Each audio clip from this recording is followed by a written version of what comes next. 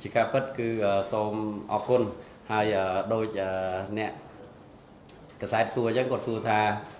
chẳng mấy đá bị bạ chất rồi có sau sẽ đây chỉ mỗi năng cà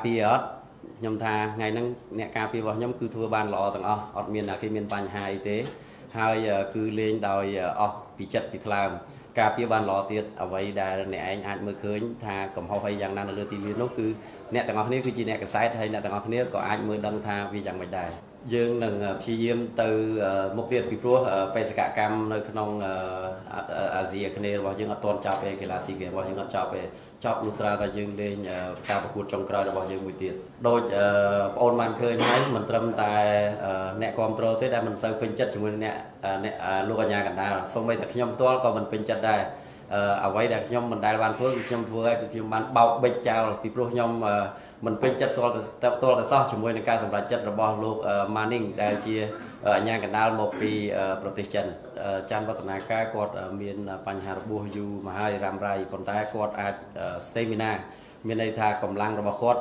ធន់ទ្រាំបានត្រឹមតែ20ទៅ30នាទីហ្នឹងប៉ុណ្ណោះបើសិនជាគាត់លេង90នាទីគឺ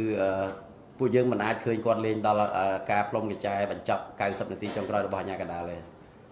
វាមិនសំខាន់អាជ្ញាកណ្ដាលយើង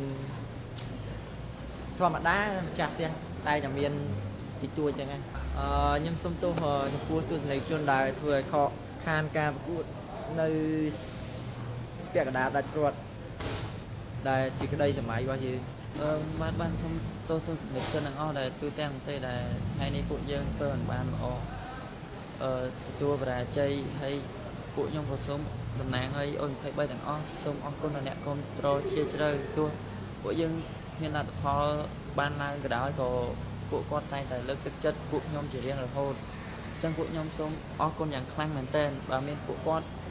ក៏ពួកខ្ញុំមិនអាចមានកម្លាំងចិត្តលេងនៅថ្ងៃនេះដែរអញ្ចឹងខ្ញុំសូមអរគុណមែនទែនសូមអរគុណខ្លាំងមែនទែនសូមអភ័យទោសដល់ការប្រកួត SEA Games នេះដែលពួកយើងមិនអាចធ្វើបានល្អ